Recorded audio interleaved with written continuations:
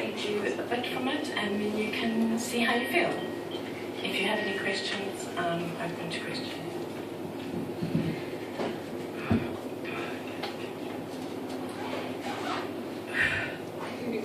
Damien could not deny there definitely was a flicker of an old familiar flame whenever he saw Louisa now, and he wondered if she had forgiven and forgotten those awful moments.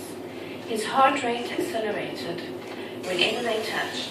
The rare occasion that the eyes did meet, he saw no trace of any fear or hatred. Maybe now he could stop feeling guilty whenever he saw her. Good luck for tonight, Lou, especially with the snakes. I think you're all so brave, he said with a smile. His smile was so genuine that Louisa almost felt as though the past they'd been through didn't exist. Her heart did a little unexpected somersault. She smiled and reached out for his hand, and lacing her fingers through his, she said, "Thanks, Damien." Her voice caught in her throat, and she couldn't say any more. His thumb rubbed up and down her finger, and she squeezed his hand before letting go. The eyes locked for a brief moment, and Damien was convinced he'd seen something in her eyes which said that she still had feelings for him. The show far exceeded her expectations. The audience applauded when the models came out topless with the snakes covering their breasts. The models were painted in greens, oranges, and yellows. The black snakes draped around them made a dramatic and stunning show. At the end of the performance, Louisa stepped out and a hush followed the audience. She wore a leopard print sarong, and her topless body had been painted in the same albino yellow patterns of the python. The python wrapped around her wrist and her left arm, stretching over her shoulder and behind her neck to hang in a loop over her right breast. Louisa held the python's head securely in her right hand. Damien's mouth dropped open when he saw Louisa walking as if she was floating on a cloud. Her movements seemed effortless as she moved through the tables. Every so often she stopped by a table to let one of the audience touch the python's tail wrapped around her waist. At the end of the model's routine, the snakes were returned to their glass cubicles. Louisa went back to the dressing room to prepare for her final appearance, and the models did one last circuit through the crowd. The audience got a close-up look of the incredible artwork painted on their bodies and faces. The models received a standing ovation, and the paint-suited artwork came out to take a bow. The music stopped, and a gentle drum roll filled the air. As a grand finale to the show, the models and painters parted, leaving in a clear path for Louisa to make her final appearance. When Louisa came out, Damien was speechless. She was almost naked. All she wore was a leopard skin thong, which virtually camouflaged by the painted design of the python she'd been holding. Her hair was tied up in a knot on the top of her head, and her face and neck were now painted in neon gold. The applause from the audience echoed through the room. Cameras flashed and photographers fought and jostled with Raymond to get the best viewpoint. Raymond stood his ground and refused to budge. He was not going to miss a single shot of his Louisa, the girl he discovered, hidden in the sewing room of a boutique. She stopped and posed directly in front of his camera and smiled at him. She had come a long way, and Sally would have been proud of her now. Damien's breathing became difficult as he watched her walking through the table. He was struggling with his thoughts and feelings. Was this the same woman who'd given up on life, lying in a hospital bed not so long ago? Why was his heart beating so he could even hear it in his ears? Damien was amazed by her confidence and beauty, and he could not take his eyes off her as he watched her walking towards him. The emotions he felt at that moment were so confusing. There was no denying it. Louisa was a new woman, a confident, much stronger woman than she'd ever been when he met and married her. Damien was so happy for her, and the guilt that had plagued his dreams resurfaced with a vengeance. He'd been so weak and had failed her when she needed him most.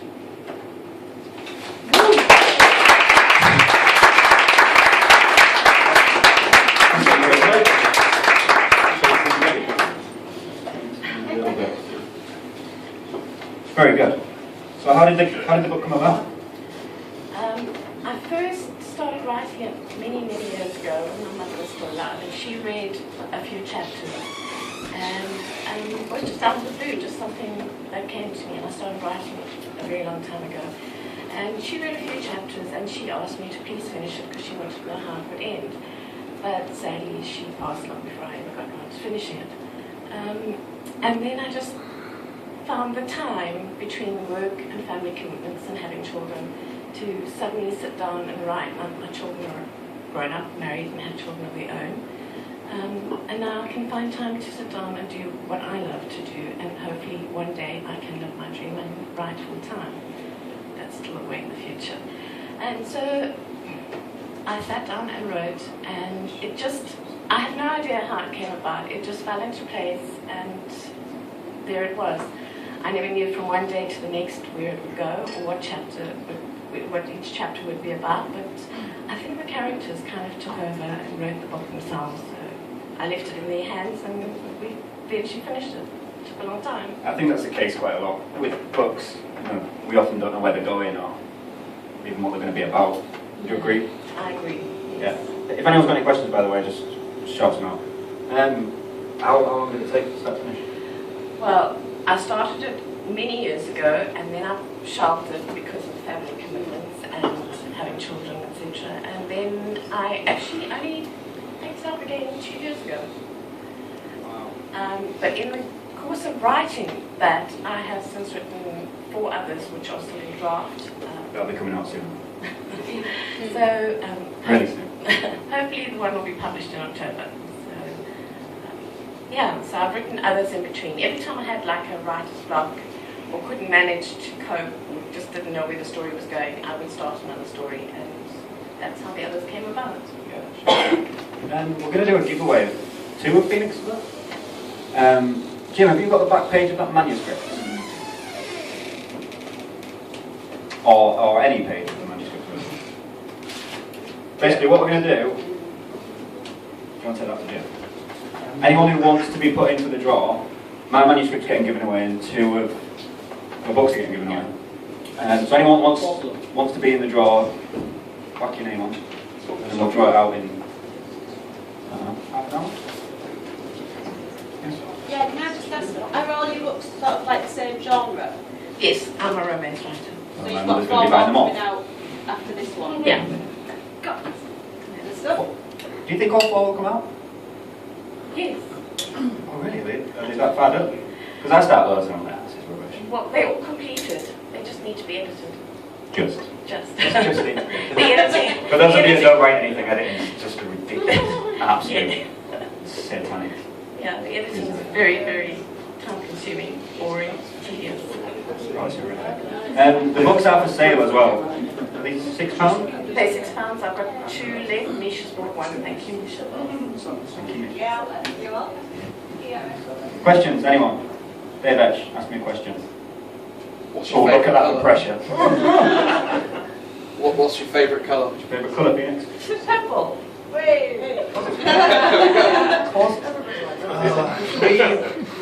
How old were you when you started writing? In my 30s. What made you sit down one day and write a book? Seems a very logical step for life. It does, yes. Especially since I just had 2 little kids at the time. I don't know, I just felt I wanted something more because I read a lot, and I just thought, I'm sure I can do this. Yeah, so I let's think that's how a lot of writers start in it. Yeah. It's about that, really. What was the inspiration behind this one? It's based in my home country where I come from, and you'll find there's a lot of scenes in there from there, and I don't know, it was just something that came to me, and I just felt that I really wanted to write it, and there was no real inspiration as such. It just sort of flowed, and I just followed where it was going, and that's how we wrote it. Any more? Jim Taylor. Do you have an idea what the characters are going to be like before you write them? Do they develop the book? They develop as the book goes on. And do you ever go back and edit after you've written something later on and you realise, damn, the character wouldn't have done that? With second chances, the original doesn't look anything like the completed copy. I've actually rewritten a lot of chapters. The beginning is completely different to what it was when I wrote the draft, and the ending is totally new from the draft. And is that just a function of having gone through the realise Yes. what you want to create? When you edit and read it, and then you think, no, it doesn't sound right, it doesn't read right, and the characters just don't fit that chapter, so you rewrite it. I think for me as well, Jim, a lot of them, you know, like you say, you write the whole book and then you read something back over and you think, this guy would never say this, or he would never react this way. Yeah. So sometimes they need taking out completely.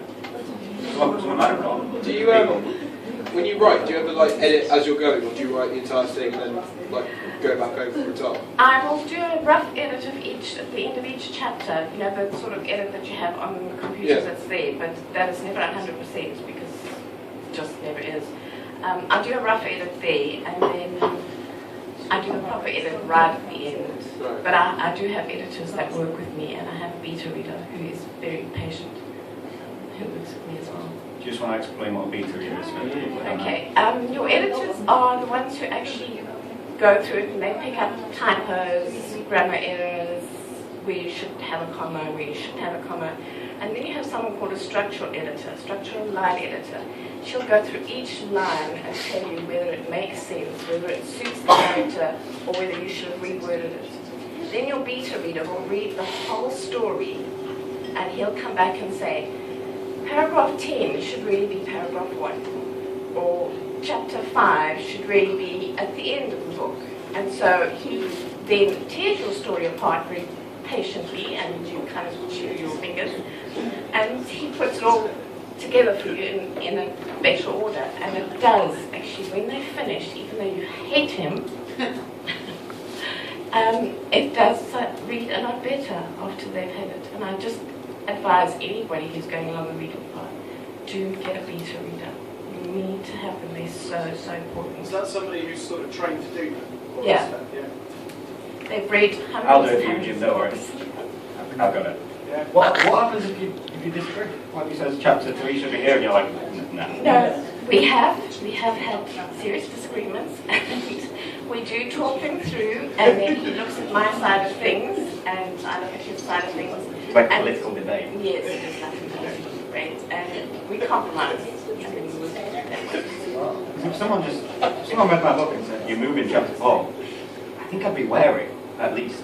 You have to think about it. You can't just, like even when they edit your book, they'll say, if you get a professional editor to edit your book, they'll say, well, this is wrong, you need to reword this, or change this. They always say to you, it's your final decision. You're the writer, you wrote the book, you know the characters better than they do. So the decision is yours in the end. But my advice is always think twice before you go against them. Well, yeah, because they're professional. They're professional and they do know what will sell your book in the end. I have a question. Yeah. The question that everyone asks. Well, I want to know what it's about. How would you describe the blurb? Because I need one for my book, by the way, if anyone wants to read it, give me one. And what advice would you give to anyone who wants to write? If you're going to write, write. Follow your dream, do what you want to do, write a book, and just don't, it's not something you can force, it must be something you really, really want to do. And I wouldn't say force an issue. If you're struggling with a chapter, just let it come to you. Just, if you're really, really struggling, step away from the computer, go and do something else, or paper, pen, whatever you're doing it with. Go and do something else, take a walk, feed the dog, whatever it is you want to do. And then you always come back with a fresh mind and you can pick it up again. For me, if I struggle with a chapter or I can't get it right, or I just don't know where it's going to, I will sit and write poetry, which I do a lot. And a lot of my poems that I have written in the past do tend to lead towards a story, and I pick up the theme from there. That's incredible. I've never read a poem in my life that I thought could possibly end up being a story. I usually write them like, oh, yeah, that's cool, and then it goes away. How do you take something from being 10 lines of disjointed poetry to a book? My poems are not 10 lines. Like, explain that. Andy, you must have a question. You look like an intelligent man. I very good looking as well. So. He's also a heavy drinker. Andy Walker, drink. What way physically do you write that you find easier? Sorry? Do you do pen and paper, laptop? Like how do you write? The computer definitely, it's quicker and easier, and I can actually write with my eyes closed because sometimes if I visualize a scene, I can write it better. So I'll sit with my eyes closed and just type. Do you find yourself facing the book on your life at all? Do you ever find yourself in the book yourself? As we were discussing earlier, though, do you ever find that one of your characters will say something that a friend will say or a partner? Or... Yes, I have picked up some phrases that people have said and used, and quotes and things. Kind of looking Good sir is in my book. Something like that. Where did it come from? I don't know where it came from. It's for another day. Sam? I think you have a question. Do what? You're looking like a needing to ask. Whereabouts is the book set? There it is. Zimbabwe. Zimbabwe. Are they from Zimbabwe? I'm from Zimbabwe. I knew that. Should have done your homework, Jaden. Can we go on holiday? Yeah. You called me Jaden then. You called me quite well. That's very formal. Well, when he's in the bad books, you know. Sorry, Jaden. Do you write? Do you like explicitly plan things out, or just let it go to you? No, I don't plan anything. I have a title, and I know a title will come to me and I think, well, this is a story, and I'll start writing. And a lot of people say to me, especially my beta reader, he says, how do you know how it's going to end? I said, because I always write the last line. I write the last line of my book. John Irving does this. And then I work towards that line. Oh, that's a big responsibility though now. I've got to get here. That's it. Have you ever like changed the last line? It's always ended there. You've never like gone through the book and thought actually that. I may change the wording of it, but I never. It's the same. Well, that is the end of the events. Yeah. That's crazy. In fact, in the book that I've just finished writing, the one that I've Twilight and Break, I wrote the whole of the last page before I was even halfway through the book. There you go, Dave. That's something to try. Yeah. Right. You just seem to be struggling to find an ending for your. Oh no, God, ending. It's just getting there. How do I get to you? Aaron. Do you know if it's been set in Zimbabwe, do you find like since you're writing, you know, primarily for English people, do you have to like alter it a lot, you know, for our culture? I have, my structural editor is, well, she's now in America, but she was originally from UK, and she changed a lot of my words and things to suit the English public.